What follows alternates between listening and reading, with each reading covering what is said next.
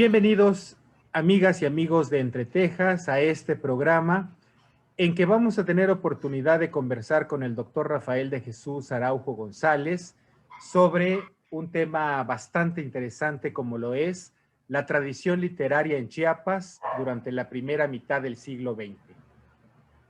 El doctor Rafael de Jesús Araujo es profesor investigador de tiempo completo en la Facultad de Humanidades de la UNICACH, con una experiencia docente de 21 años, docencia a nivel superior, investigación, enseñanza y divulgación del conocimiento.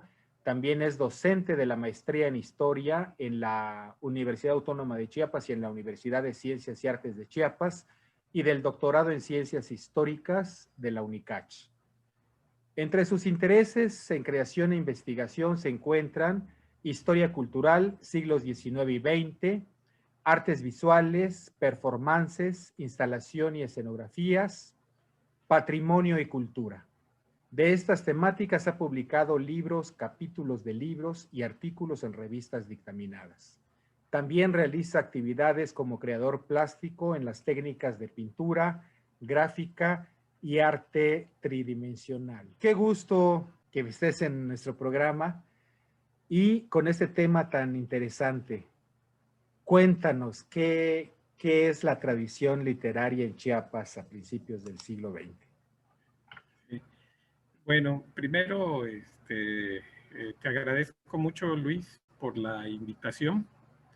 Ya habíamos tenido alguna plática, pero ahí una cuestión de la tecnología nos impidió concretarla. Luego otra y otra vez la tecnología y diversas circunstancias lo complicaron, pero te agradezco muchísimo. Tú sabes que en principio la amistad y luego el compromiso de trabajo. Y en ese sentido, pues si lo juntamos, pues se dan, creo que, muy buenos resultados.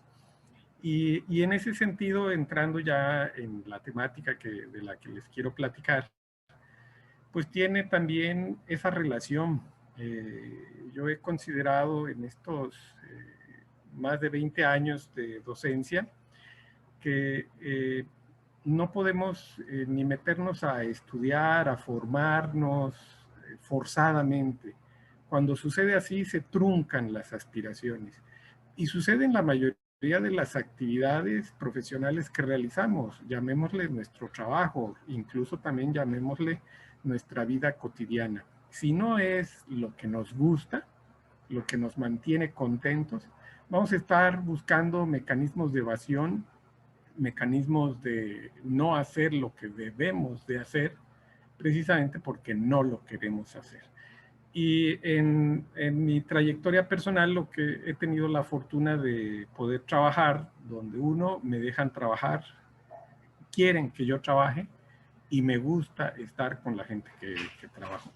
Por eso, cuando tuve la oportunidad de reincorporarme a la Universidad de Ciencias y Artes de Chiapas como profesor investigador, ya tenía algunas inquietudes en torno a lo que tenía que ver con la cultura y empecé a revisar aquellas cuestiones que se habían dicho y que no se habían dicho, que se habían investigado y que no se habían investigado. Y una de mis sorpresas más grandes es que en materia de cultura tenemos muchísimos huecos, cosas que incluso están mal informadas. A grandes rasgos, antes de entrar precisamente en el tema, he de comentarte, por ejemplo, que hay una versión equivocada del teatro Petul. Este teatro icónico de los 40, de los 50, del Instituto Nacional Indigenista, ha sido atribuido el nombre y su creación con la participación de Rosario Castellanos. Pero esto es parcialmente cierto. No es cierto que Rosario Castellanos le haya puesto el nombre, ni tampoco es cierto que ella lo haya gestado. Es un proyecto donde estuvo involucrado una persona, un teatrero, un teatrista de origen yucateco que estuvo muy poco tiempo, es el que diseña los primeros muñecos y sin embargo no funciona porque era interpretado por gente que no hablaba la lengua original. Y el sentido era ir hacia las comunidades indígenas, ¿no? Este personaje pues decide dejar el trabajo se incorporan otras personas, Marco Antonio Castro, entre otros, y lo que hacen es darle un giro, y hasta Carlos Jurado, y le dan un giro incorporando a gente de habla de lengua originaria, especialmente tzotziles y celtales. Y son ellos los que aprenden a hacer los muñecos, a manipularlos y a hablarlos. Y el personaje principal era Pedro, y siempre con su pareja Juan. Pero las comunidades no decían ahí viene el teatro de Pedro, decían ahí viene el teatro Petul y Petul Shun, porque Petul es la manera en que se le dice Pedro en lengua y Shun a los Juanes. Entonces, incluso si nos dejamos ir solo por estos dichos, vamos creando una historia que no es totalmente verídica, que tiene partes de cosas ciertas. Rosario Castellanos estuvo muchos años en el INI, participó, por supuesto que hizo guiones de teatro, pero no es así. Y como es una de las cuestiones que a mí me gustan muchísimo, y sobre todo la parte de las artes, tuve la fortuna de encontrarme con un libro que escribió a finales de... no me lo encontré en el sentido de hallazgo, de que aquí voy a una biblioteca y lo veo, sino conocí al doctor Jesús Morales Bermúdez, quien estaba haciendo una revisión general de la literatura chiapaneca, y me tocó colaborar en la parte editorial para la publicación de ese libro. Incluso le presenté al artista que originalmente hizo la portada original de Manuel Cunjama en un taller de serigrafía al interior de la UNICACH. En ese sentido, al revisar y al hallar ese libro y revisar, empiezo a notar que hay como una estructura, sí hay una coherencia en lo que podría ser esta historia de la literatura en Chiapas, pero con vacíos. Y al tratar de identificar las fuentes, me doy cuenta de que no se señalan las fuentes consultadas. Y de ahí que me empiece a cuestionar y a buscar una pues información de qué es lo que realmente había estado sucediendo en materia de la literatura. Porque también a manera popular lo que nos enseñan en las escuelas, la gente que más o menos se acerca un poco a la literatura o a la cultura, pues identifica algunos nombres, los dos que son las piedras angulares sobre las que se ha construido un relato literario, son pues por supuesto que de Comitán, nacida en el DF, pero comiteca, Rosario Castellanos, fundamental. Una mujer que además trasciende las fronteras nacionales, no solo es importante a nivel México, sino la que va más allá de las fronteras latinoamericanas. Sí, es muy conocida en todo lo que es Sudamérica por sus relaciones con otras personalidades actual, pero también es muy conocida y reconocida en parte de Europa, y me atrevería a decir que en parte de Asia. En parte de Europa digo, porque sobre todo es la Europa occidental, en Francia, en España, en Inglaterra, en Italia. No lo sé hasta dónde en Portugal, pero sí tengo información de que en esas partes la consideran una autora imprescindible del siglo XX. No solo por ser una pionera en el ámbito de la literatura como mujer, sino por su capacidad creativa que abarcó la poesía, lo que nosotros conocemos como poesía, que en realidad es la escritura en verso, no necesariamente en rima, sí, hay textos que ella escribió en rima, pero también los hay en verso libre, en ensayo, por supuesto, sus primeras publicaciones son ensayos sobre el teatro griego y su influencia en el teatro mexicano de más o menos de la década de los 40, ¿no? Y también en narrativa, y por supuesto que incursionó en la escritura del teatro. Y va más allá porque su tesis para obtener el grado de maestría pues giró en torno a un concepto que hoy está muy ya inserto en la vida cotidiana de nosotros, como es la cuestión del género. Una tesis sobre la cultura feminista, si no mal recuerdo el nombre, en la sociedad que a ella le tocó vivir. Bueno, ella es una de esas figuras. La otra, por supuesto, es como, en esto del género a propósito, es la mujer y el hombre, pues el otro es, por supuesto, que el escritor Jaime Sabines, ¿no? También fundamental, al que Octavio Paz llegó a reconocer que le tenía envidia, porque la popularidad de Jaime Sabines, por lo menos a nivel nacional y sobre todo en el Distrito Federal, ha sido impresionante. Es de los pocos escritores que ha llenado el Palacio Nacional de Bellas Artes, solo él, no en una playa de escritores, no en una mesa de lectura, no, solo él en un recital poético llenando el Palacio de Bellas Artes. Y eso fue impresionante y generó pues estos celos profesionales de parte de una de nuestras figuras más importantes en las letras mexicanas. Bueno, esto es como, lo señalo a ellos dos porque siempre que vemos qué es lo que ha pasado en nuestra historia literaria, pues tenemos como antecedentes a ellos dos y pensamos y se nos dice, casi se machaca con una actitud recurrente de que con ellos inicia una tradición literaria. ¿Qué es en este sentido una tradición literaria? Bueno, una tradición quiere decir, en palabras amables, que estamos hablando de todas aquellas producciones y de todos aquellos personajes que produjeron algo en un ámbito del conocimiento, en este caso de la literatura. Podemos hablar, en el caso de las tradiciones populares, que son acciones que realizan las personas de manera simbólica. Pero en el caso de la literatura, cuando hablamos de la tradición literaria, a lo que estamos haciendo referencia es al conjunto de obras, al conjunto de escritos que pueden ser en periódicos, en revistas, en libros, pero también a los autores que han elaborado estos documentos y de manera muy concreta en 4 de los ámbitos o de las maneras en que solemos escribir. Uno de ellos, se les decía, es en verso, que es lo que nosotros conocemos como la poesía. La otra es en la narrativa, como el cuento, el relato, la novela.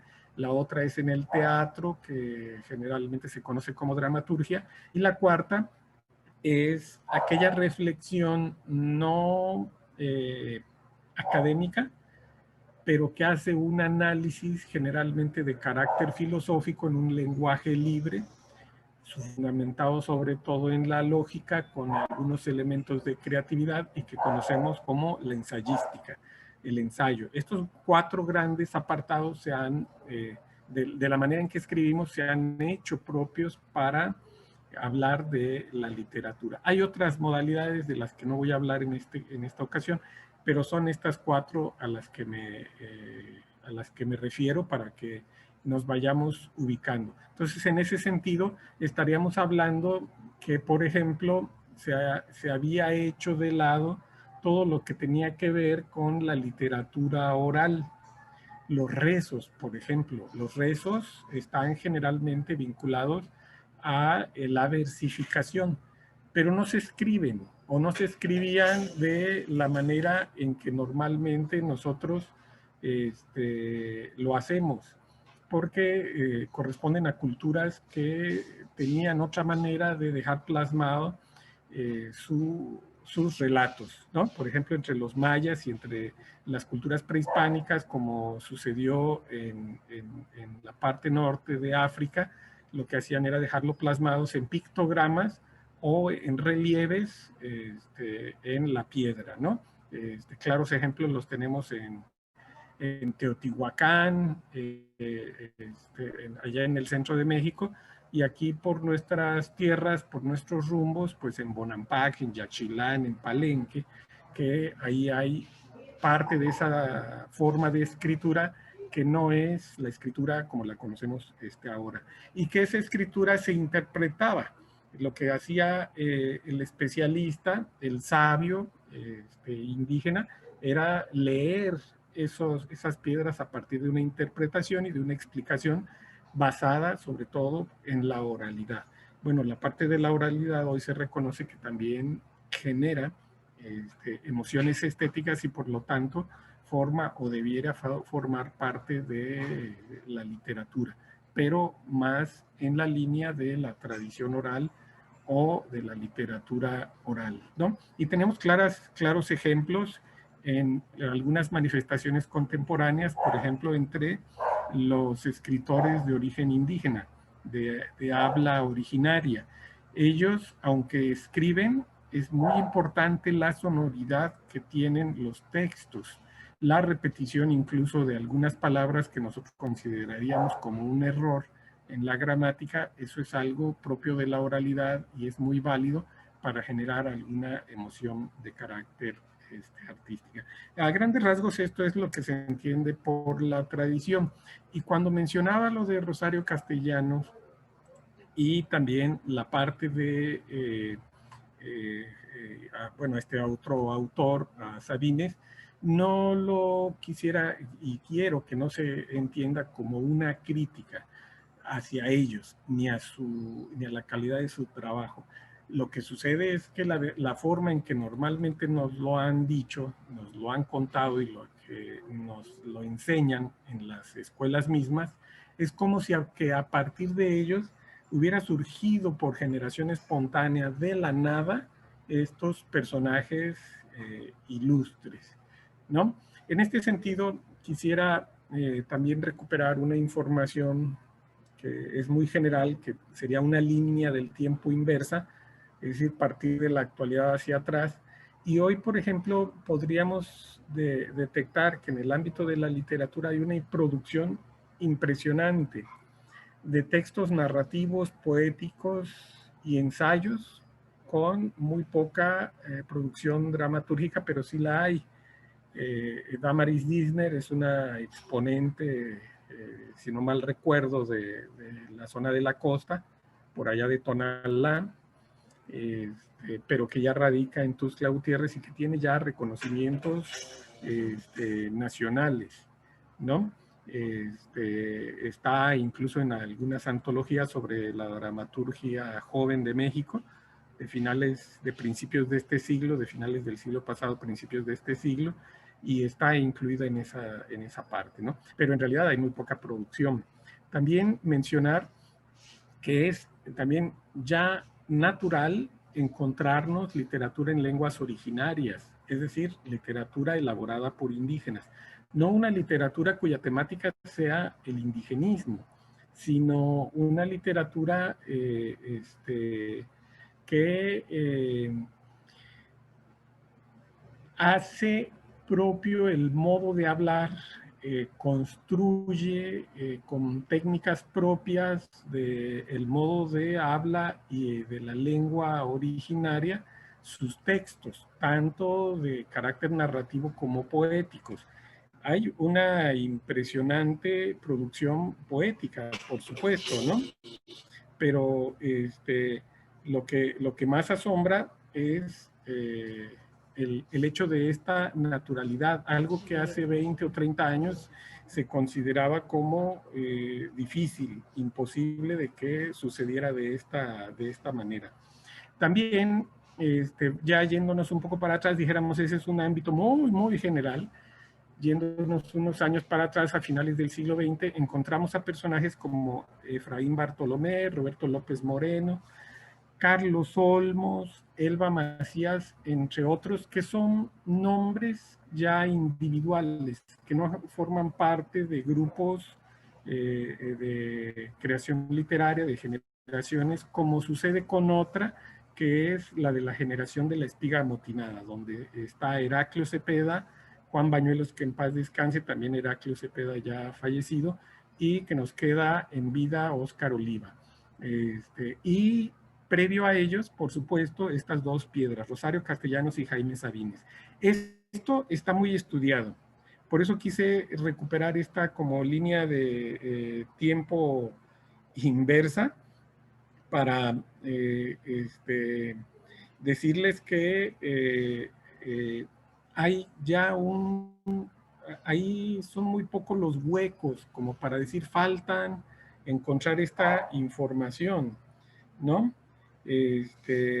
Porque sí se ha dedicado tiempo a su divulgación y a su estudio. En ese sentido, insisto, y regresando al comentario anterior, es que pareciera que con Rosario Castellanos y Jaime Sabines se genera de manera espontánea la creación en Chiapas. Y eso sí es una tradición. Desde Rosario Castellanos a la actualidad hay mucha información. Sin embargo, al revisar, como les decía también al principio de esta plática, al revisar hacia atrás, pues empezamos a encontrar como ciertos huecos, y uno de ellos está relacionado con lo que se considera la actividad cultural del Estado, de Chiapas, Estado como entidad federativa. Y entonces vemos que hay un engrandecimiento, por ejemplo, del Ateneo, pero del segundo Ateneo, porque en Chiapas hemos tenido 2 Ateneos. El Ateneo que conocemos y que se le ha dado mucha difusión, que también es muy conocido, es el Ateneo de Ciencias y Artes de Chiapas, que por un decreto del gobierno del estado se crea, se funda, inicia operaciones, y es el general Grajales. Que hay también como este elemento de repetir que necesitamos los chiapanecos una especie de iluminado que nos diga cómo son las cosas, y en ese sentido al general Grajales también se le ha puesto como una persona de dimensiones personales muy, muy elevadas por encima de la población. Desde mi particular punto de vista no, muy hábil sí, cumplió también éticamente con su trabajo, puesto que el Estado está comprometido y está obligado a realizar actividades en beneficio de la población. Entonces, hacer algo que te obliga por su naturaleza, el mismo Estado, las mismas normas, pues no tendría razón de generar o de motivar pues engrandecimientos personales. Sin embargo, es cierto, porque después de este personaje viene también como un declive. Y esto lo señalo porque a él le toca retomar algunos elementos presentes, sobre todo en la sociedad. Es la sociedad la que realmente genera los movimientos culturales y, por supuesto, los discursos, los relatos en torno a la vida cultural y en torno a la vida literaria. Y eso fue lo que fui encontrando en esta serie de trabajos de investigación, que son ya cerca de 10 años, y me llamaba mucho la atención porque era como una zona oscura. Lo que había era, y aquí se los voy a enseñar ya en una edición reciente, no sé si se ve, porque de repente como que se me mueve la computadora. Aquí estoy, ahí está. Este libro, no sé si se ve bien, Fiesta de Pájaros. Este que les estoy presentando ya es una edición reciente, pero es una edición crítica, que quiere decir que alguien se dedicó a revisarla y hacer algunos comentarios. Pero, a ver dónde está aquí el dato, debe de estar, es del 2011, pero el libro Fiesta de Pájaros, a ver dónde están. Bueno, si no, está por aquí en alguna página, si no mal recuerdo, es de la década de los 40. El autor de Fiesta de Pájaros, se ve ahí, bueno, se los leo, Héctor Eduardo Paniagua. ¿Le suena el nombre? ¿Le suena el apellido? Pues es que son de los apellidos tradicionales de nuestro estado, ¿no? Que él es un personaje nacido a finales... ¿Sí, perdón? No, estaba esperando que comentaras que se trata justamente de una antología de los poetas de la época, ¿no? Sí, exactamente. Y por eso, en eso radica su riqueza, su importancia. En el 40 hace esta... esta Sí, propuesta y esta forma de mostrar a los creadores chiapanecos, que es a lo que a final de cuentas te vas a referir con este camino en el tiempo a la inversa, ¿no? Ver las fuentes de la poesía y de la creación literaria del Estado. sí, y es un documento bien importante porque empieza a dar visos, empieza a dar algunas ideas de lo que hay previo a estas personalidades. Porque no es cierto que puedan surgir de la noche a la mañana. El caso de Rosario Castellanos es muy especial, que ahorita voy a ahondar en el contexto, pero además ella migra a la Ciudad de México y una capacidad, un talento que venía ya con ella por su formación familiar, por sus capacidades intelectuales, se fortalece con una formación en la Universidad Nacional Autónoma de México, pero además con un ambiente de literatos con los que convivió. Por ejemplo, con Arreola, ella estuvo en los talleres de Juan José Arreola. O sea, no es gratuito. Uno de los personajes también fundamentales de la escritura nacional, no del todo reconocido porque no se metió a lo que le llaman el mainstream. El mainstream es la élite y las instituciones que fomentan la cultura, la élite de la cultura. Él trabajó de manera un poco, podríamos decir, hasta bajo el agua, en la UNAM. La UNAM era una institución de cultura importante, pero fundamentalmente educativa. No competía con Bellas Artes. En esa época Bellas Artes era el centro sobre el cual giraban las acciones y las políticas culturales y creativas a nivel del país. La UNAM empezaba a destacar una gran cantidad de artistas y de escritores fundamentalmente alternativos, no insertos en los grupos establecidos en Bellas Artes, se generan en la Universidad Nacional Autónoma de México, que además por su naturaleza es una universidad, entran jóvenes y se salen jóvenes, no se quedan muy pocos. Entonces había una gran movilidad y le daban vitalidad a la creación literaria. Bueno, Rosario Castellanos se inserta ahí y Rosario Castellanos se queda en la UNAM, pero además de que se inserta, jala al grupo de Sabines, por supuesto es impulsado por Rosario, aunque son de la misma generación, un poco mayor, si no mal recuerdo, Sabines, pero Sabines llega después que Rosario Castellanos a la Ciudad de México y le abre las puertas a los espigos, a Heraclio Cepeda, a Juan Bañuelos y a Óscar Oliva. Pero previo pareciera que no había nada, es el contexto. Y en esa parte del contexto empiezas a ver que, por ejemplo, había una gran producción, de ahí la importancia de este texto, una gran producción de textos. Aunque este es como una antología y es una primera referencia, solo es, como dicen vulgarmente, es la punta del iceberg. Otros documentos que también nos permiten ver que había literatura, aquí se los pongo, no sé si se ve del todo, pero lo que me interesa es que vean. Es la revista Catch, y ahí por Claro. ahí debe de verse el año. No sé si se ve al revés, yo lo veo al revés, pero es de Sí, 1962. La revista se ve ICACH bien. sustituye y le da continuidad a la revista Ateneo, que es de la década de los 40, ¿no? 40. Y en la revista Ateneo, que es de esta segunda época del Ateneo, es el Ateneo de Ciencias y Artes. Bueno, quise encontrarlo muy rápido, no lo puedo ver, pero no les quiero quitar mucho el tiempo, perderlo ahí. Le da espacio también a la creación plástica, a la creación literaria, al ensayo, a la difusión incluso de la ciencia. Y a Y los, entonces ahí surge, y a los antropólogos también y y a los arqueólogos arqueólogos, que ¿sí? fueron marcando un momento de gran robustez de la cultura de Chiapas, ¿no? Franz Blom tiene por allí un artículo interesantísimo sobre su viaje para Sí, investigar el ámbar a Simujobel. En fin, sí, sin duda que esa es la importancia también de las revistas literarias, ¿no? Que son depositarias de cultura para la posteridad muy, muy sí. interesantes. Adelante, Rafa, perdón. Sí, y de otras áreas también, economistas, biólogos, pues don Miguel, fundamental, ¿no?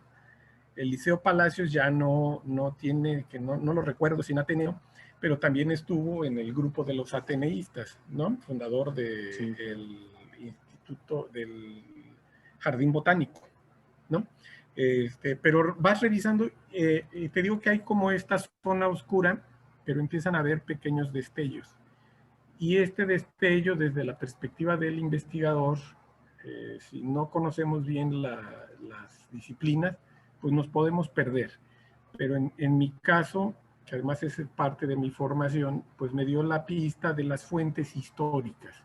Las fuentes históricas, cuando no están en documentos, cuando no están escritas, entonces son fuentes orales, hay que recurrir a las personas para ver qué de su memoria se puede rescatar información y luego tratar de verificarla.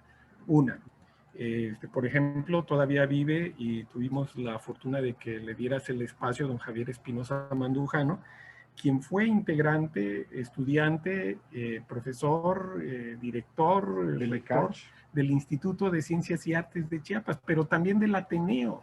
Claro. Él le toca la última parte de este segundo Ateneo y ahora lo refundó hace unos 10 años con la tercera versión del Ateneo. Él lo preside ya como asociación civil. Y entonces, desde esta perspectiva del historiador, digo, bueno, las fuentes, la fuente de la palabra escrita, además de las personas que me pueden dar algunos tips, pues son las publicaciones. Y empiezo a revisar en las bibliotecas a ver si habían libros antiguos. Y no, son muy pocas las bibliotecas que tienen libros de los años 50. De los años 40, pues ya casi no hay. Y si vamos para atrás, son bibliotecas personales y contados los libros, ¿no? Entonces, la parte de la producción impresa del libro, de la literatura en libro, pues es casi nula. ¿Cuál es la otra fuente? Pues aquí me lo estaba dando las revistas, ¿no? Y en ese sentido, una revista que es fundamental y tal vez poco divulgada, a ver, aquí tengo que entenderle, poco divulgada, poco más que poco divulgada, poco reconocida, es la revista Chiapas. Que publicaba, crea Armando Duvalier como continuidad de un proyecto periodístico que era el periódico Chiapas, que era un periódico de gobierno del Estado. Antes del general Grajales, llega el general Grajales, lo nombran a él director de prensa y el periódico lo convierte en revista. Es una revista que tiene mayor cantidad de textos, de números, que la revista Ateneo, y van a la par. Mientras que de Ateneo, por lo que he podido indagar, su circulación era más entre el medio. La revista Chiapas llegaba a todo el mundo, llegaba así a los funcionarios, pero llegaba al maestro de escuela de todas las regiones donde tenían contactos la gente de la dirección de turismo, que era, en ese momento era una dirección que intentaba generar políticas en torno a esta actividad económica. Entonces, por esa razón, impulsaban en las regiones que hubieran también el fomento al turismo y eran centros de distribución. Y hay, al igual que en la revista Ateneo, vemos ahí un don Miguel Álvarez del Toro, un Jorge Olvera, incluso está la anécdota ahí relatada desde una perspectiva periodística de los trágicos sucesos en el 48-49 de Bonampak, donde pierde la vida Carlos Frey y el ilustre ilustrador, válgase la redundancia, Franco Lázaro Gómez de Chiapa de Corzo. Y al estar revisando, pues sí, ahí está. La prensa local tiene unas maravillas. Y cosa curiosa, no porque seas mi amigo, porque me gusta más Comitán que otros lugares de cuyo nombre no me quiero acordar en este momento. Resulta que la tradición literaria innovadora y de calidad está en Comitán y está en Tuxtla Gutiérrez.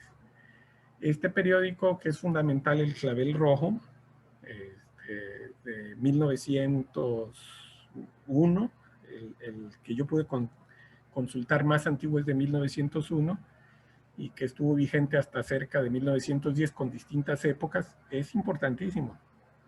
Pero además el grupo de personas y de nombres que te va dando ese periódico, le puedes dar seguimiento, incluso hasta de carácter político.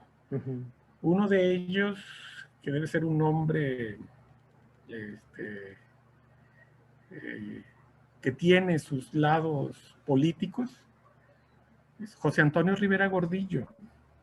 Y esto nos habla también de esas relaciones que se van dando entre los aspectos de la literatura y otras disciplinas. José Antonio Rivera Gordillo, que no lo mencionan en ninguna de las antologías literarias de Chiapas, lo vas a ver publicado, de los estudios sesudos de personajes importantes a nivel nacional, no lo vas a ver ahí. Él tuvo un periódico, Chiapas y México, era una revista en el Distrito Federal. Y en esa revista además él publicaba no solo lo que había publicado a finales del siglo pasado en periódicos locales, sino también en diarios nacionales, y cuando él estuvo allá en la Ciudad de México, con esa revista que publicó, pero además fue antologado y fue analizado por la crítica de la época. Hay reseñas publicadas en torno a la calidad de los trabajos poéticos de José Antonio Rivera Gordillo.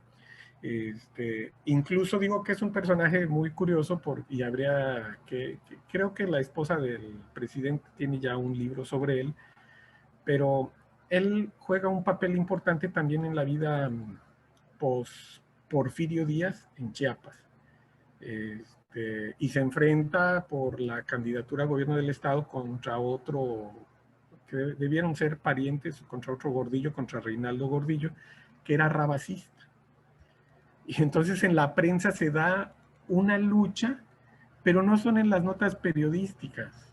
Lo curioso es que en lo que podríamos llamar editoriales, que se conocen como epigramas, empieza a generarse la postura tanto de Comitán como de los tusclecos, porque al final de cuentas Rabasa representa a los tusclecos, y no de Comitán propiamente. José Antonio Rivera Gordillo está apoyado, respaldado por la iglesia, por el obispado de San Cristóbal, y entonces es la prensa de San Cristóbal.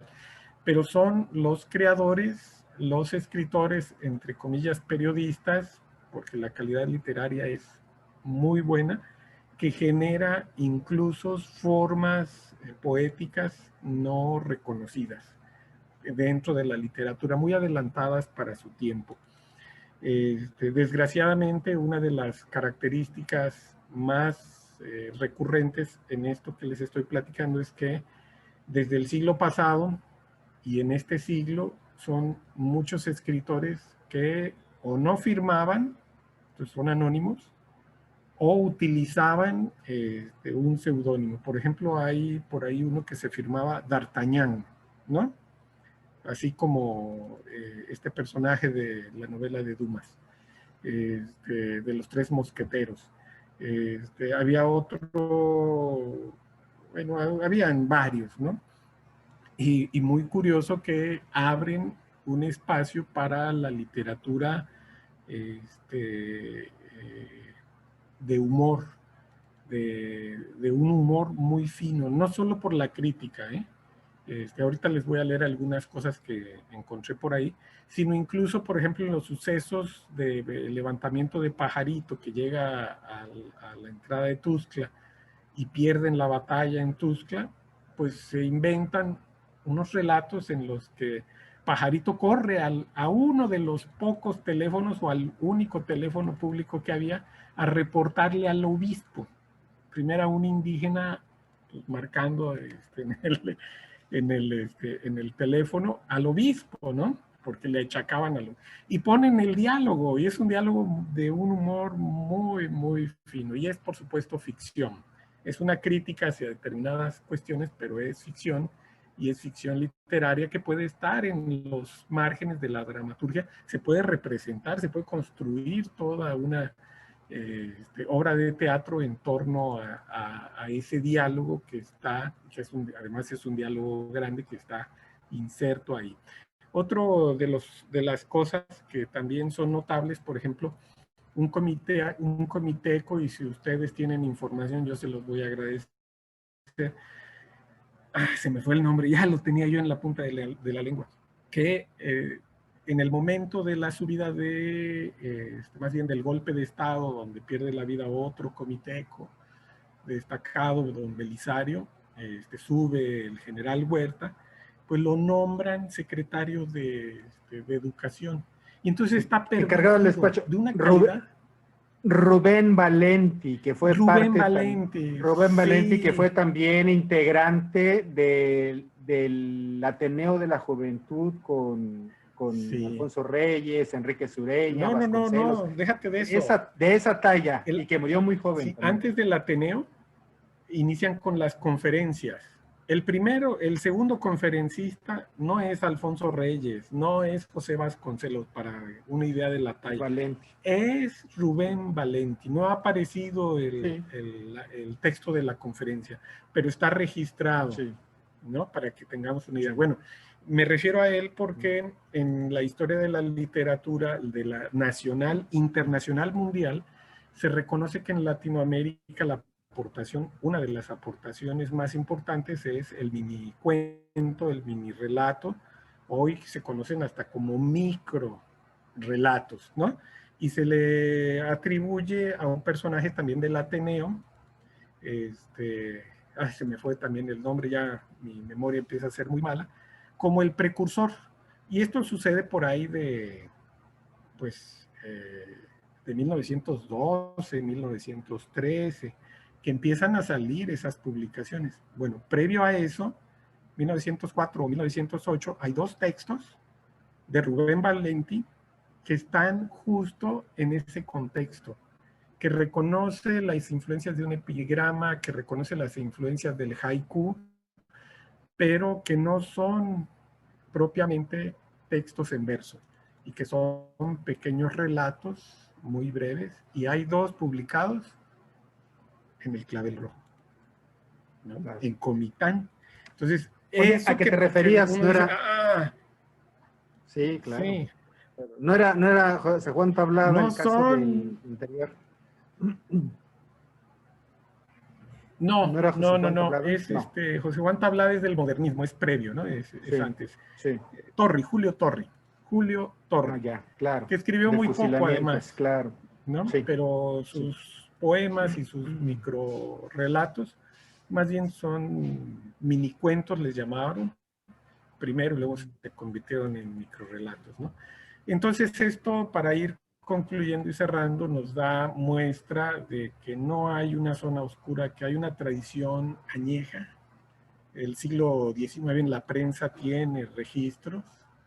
Hay textos, por ejemplo, a Rabasa lo conocemos como el gran novelista, pero Emanuel Carballo encontró algunos poemas y en algún momento Rabasa reconoció, se apareció una entrevista por ahí, donde reconocía que había publicado poesía en Oaxaca. Él se formó en Oaxaca. En aquella época o te ibas a la Ciudad de México, te ibas a Guatemala o te ibas a Oaxaca. Y en el caso de Rabasa se fue a Oaxaca. De ahí sus relaciones también con el general, no porque hayan sido amigos íntimos, sino que la estructura, los grupos políticos, pues los oaxaqueños, si estabas bien y estabas en el lado correcto del mismo Oaxaca, porque Oaxaca tiene varios, ya ves que Porfirio se peleó con Juárez, pues te toca y te vas ahí, y eso fue un poco lo que sucedió con Rabasa. Antes de cerrar, quisiera leerles algunas de las cosas, a ver si adelante, claro, las localizo aquí muy rápido. Sí, por ejemplo, un epigrama, Fray Candil, publicado en 1912. Mas hay aquellos tiempos de tan feliz memoria, cual ondas se empujan, pasaron y no son. Mis ojos vierten lágrimas al recordar la historia y ver cuán prostituida está la religión, ¿no? Es obvia las referencias entre los conflictos que se daban, sobre todo en Chiapas, la parte de la postura clerical, pero es un verso publicado en el periódico 3030, en obvia referencia a una escopeta en 1912. ¿no? En el Heraldo, también de 1912, otro tipo de poesía. Así. Es una bomba. Mas hay aquellos tiempos de tan feliz memoria. Perdón, no, eso no es, ese es el anterior. La bomba es, en el jardín de la plaza de jabón sembré una bola, mas ni así a Chiapas le pasa un diputado con cola. El otro, en Tuxtla sembré otro día una enorme calabaza y otra vez salió una guía de la dinastía Rabasa. Entonces nos da una idea de, pues no solo de esto que les decía del humor, sino también de la creatividad con la que se publicaban. ¿Dónde se publicó? En y el poesía periódico El satírica, Gavilán en ¿no? 1912. Sí, mucho, muy cercana a Y los poesía epigramas. Los satírica. epigramas están relacionados con los epitafios, ¿no? Que tienen que ser cortos, en rima y contundentes. Y el epigrama, cuando es utilizado como crítica social, pues el humor es fundamental, ¿no? Pues a grandes rasgos, esto Oye, quería Rafa, comentar. no, excelente, muchísimas gracias. Oye, Rafa, este periódico, El Gavilán, y si es antirrabacista, obviamente era promapachista, ¿no? Porque había por allí algunas pues como corridos contra los mapaches. No es cierto, eran los conservadores, los gavilanes estaban en contra de los mapaches. Esa era la frase que se manejaba, claro. Sí, Si bueno, aquellos son mapaches, nosotros somos gavilanes. este es un tema que valdría la pena platicar con el doctor Sergio Carrancistas, ¿no? Nicolás. ¿Por qué? Porque Sí. en Chiapas no podemos hablar de un pleito de derecha contra izquierda, de conservadores liberales o de religiosos contra no religiosos, ¿no? Claro. Como está demostrado, por ejemplo, Zapata, la gente de Zapata llevaba sus escapularios, antes de irse a la lucha le rezaban a la Virgen. Entonces no se puede decir que los zapatistas eran antirreligiosos, ¿no? Es una lucha de familias, de grupos, de las élites, Claro. y en este Y de caso hasta de intereses regiones. particulares también. Sí, San Cristóbal contra Tuxtla. Entonces en el Gavilán, por supuesto que hay personajes fundamentales, Paniagua, de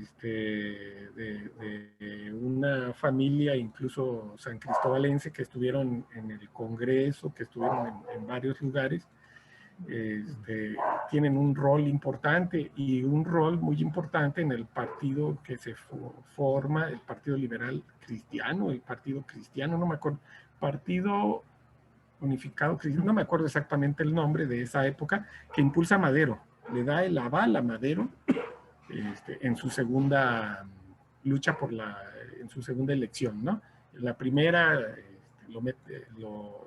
se la quita Porfirio Díaz, se viene el levantamiento armado, triunfa la revolución, renuncia a Díaz y se convoca a una nueva elección que gana Madero. Bueno, en Chiapas el Partido Cristiano lo impulsa. Y es un poco antes de la época de Carranza, por eso no podríamos hablar de mapachismos, ¿no? Es previo, 1912.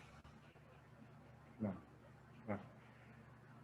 Pues Rafa, qué interesante, sin duda que queda el gran recurso del análisis y la investigación hemerográfica de nuestro estado, donde probablemente encontrarás tú y los investigadores que se dediquen a esto, autores que no han sido reconocidos. Hay que tomar en cuenta que la prensa escrita justamente era la de mayor relevancia en su momento y que no todos podían ir a publicar y a editar sus libros. Entonces, la prensa escrita, los periódicos, las revistas eran el medio para difundir las ideas. Y creo que hace falta ese gran trabajo todavía, que de alguna manera tú llevas a cabo, lo ha empezado también Sareli Martínez, a quien tuvimos de invitado, y habrá muchas cosas por conocer todavía, pero me da mucho gusto, he conocido tu labor y me da mucho gusto que desde la perspectiva de la literatura estés haciendo este trabajo de recuperación histórico-literaria, ¿no? Ojalá cuando tengas nuevos hallazgos y todo, sabes que aquí están las puertas abiertas para ti, esta es tu casa. siempre hemos tenido complicidades en los proyectos y bueno, ojalá que haya nuevas oportunidades. Pues bueno, ¿tienes algo que agregar? Al contrario, sí, al contrario, pues es una oportunidad porque se hace este trabajo también para divulgarlo. Y los medios audiovisuales, la televisión, las redes, el internet, pues cumplen con ese papel. Y qué bueno que te animaste. Ya hacía falta algo así. Pues bueno, pues muchísimas gracias, Rafa, que estés muy bien. Y muchas gracias a ustedes que nos acompañaron en este programa. Nos vemos en el siguiente. Que estén bien, cuídense mucho. Hasta luego.